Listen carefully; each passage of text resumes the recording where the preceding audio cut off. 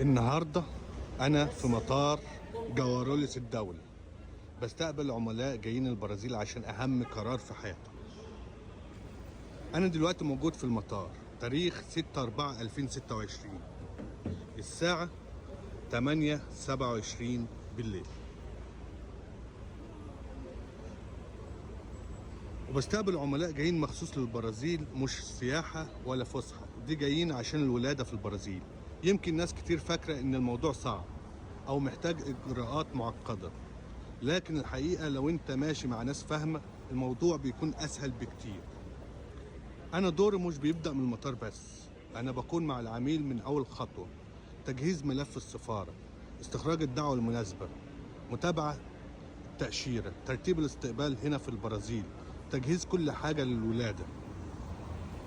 يعني العميل بيجي وهو مطمن.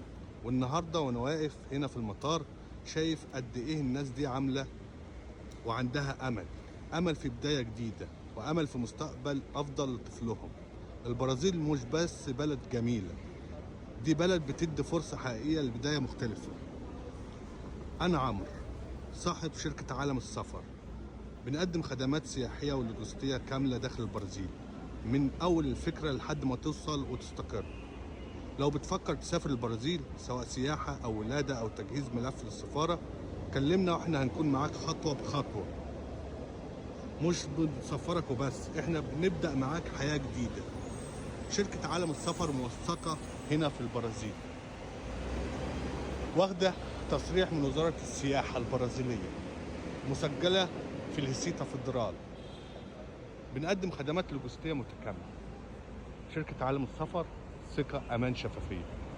جايز أسعارنا ما تكونش مناسبة للجميع، ولكن إحنا بنعمل شغلنا على أكمل وجه. شغل كويس، بندي جهد، بنبذل مجهود، بنرتب الأوراق، بنشوف نقط الضعف في ملفك، وبعد كده بنقدم لك وبنخلي نجاح التأشيرة بنسبة 98%. وطبعا القرار الأول والأخير للسفارة، وبعد ما توصل بنستقبلك. كمان بنقدم لك موعد في البوليس الفيدرالي، بنقدم لك ملفك للبوليس الفيدرالي. وعندنا خدمات لوجستية للولادة، بنشوف المستشفى اللي تناسبك، مستشفى حكومية أو مستشفى خاصة. الحكومية مجانية، والخاصة بتبدأ من $3000 لحد $6000 حسب ميزانيتك، والسكن بيبدأ من $600-700 وانت طالع.